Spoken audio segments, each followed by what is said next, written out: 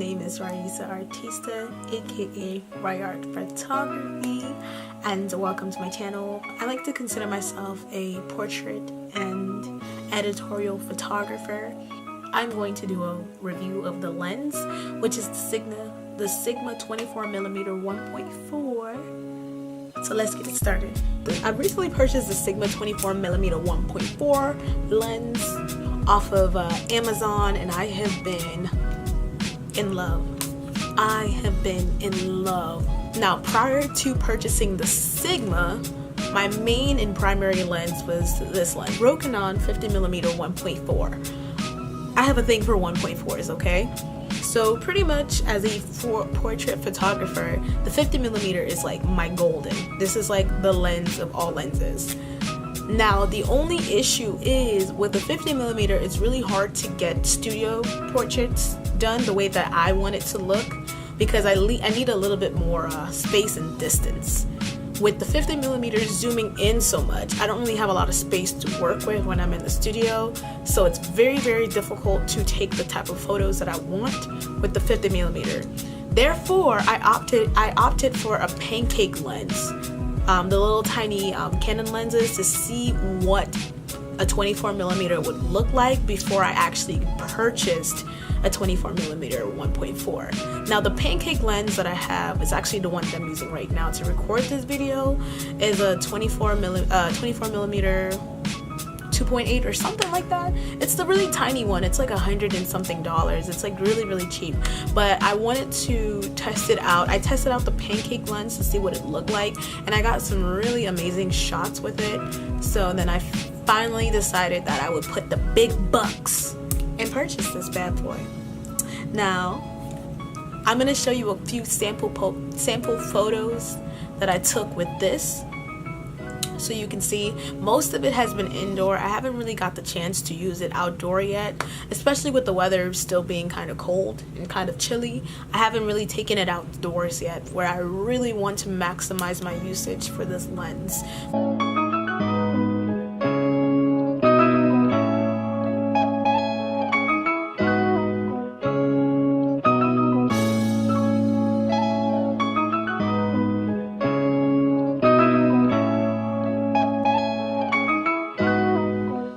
But so far, I love it. I absolutely love it. It's worth it for sure. Now, I still am kind of biased. I still have a preference towards the Rokinon, because it's just, the dial is just so much easier and smoother to use, in my opinion, than this one. And focusing on this is actually a little bit harder. Like, manual focus to me on this is a little bit harder than it is on the Rokinon, which is weird. What I really like is the fact that this one has autofocus as well, which is, yeah, I know what you're thinking. Why would you use autofocus if you're a pro? There's some situations where I just need autofocus for like 5 seconds, okay? So it helps a lot, especially if I'm doing like a self shoot, like a self photo shoot, because I take a lot of my own photos, so I like to have it on autofocus, so if I'm moving around, it can still stay focused. Whereas with the 50mm, if I move 1 inch, I have to go back to the camera, change, you know, it's a lot of work. But I took some pretty awesome shots with this, and I was just like, my mouth dropped. I think it's beautiful. It's really well made. It feels very, very premium. I mean, it feels very premium. This was not cheap at all. I don't remember how much I bought it for, maybe like $700 or something like that. Now, what I don't really like as much on this one is it's the rings are kind of, they're not as loose, not necessarily loose, they're a little tighter, and you can hear the clicking when you've reached, like, when you've maxed out on aperture. You can hear the clicking. That's a good thing. The Rokinon, the aperture is this little, this thing. I think that that's a lot better, in my opinion, than the one on the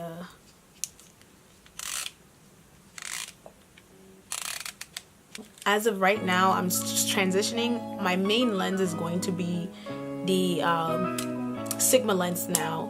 The 50mm is just going to be my backup lens in case I need a close-up. But Whatever I can do on the 50, I can do with the 24. I just gotta step a little bit closer because they're both the same apertures.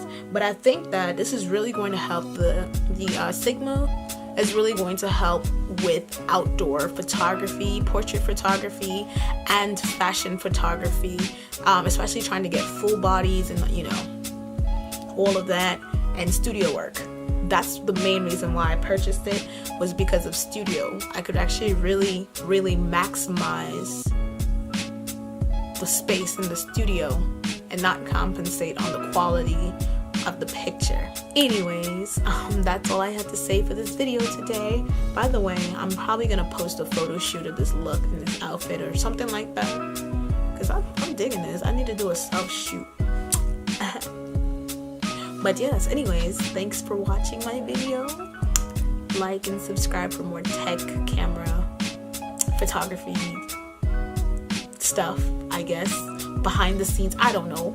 I'm gonna try to get back into photography this year, so I will be making more videos photography related, so that way I have some content. But anyways, thanks for watching. Bye.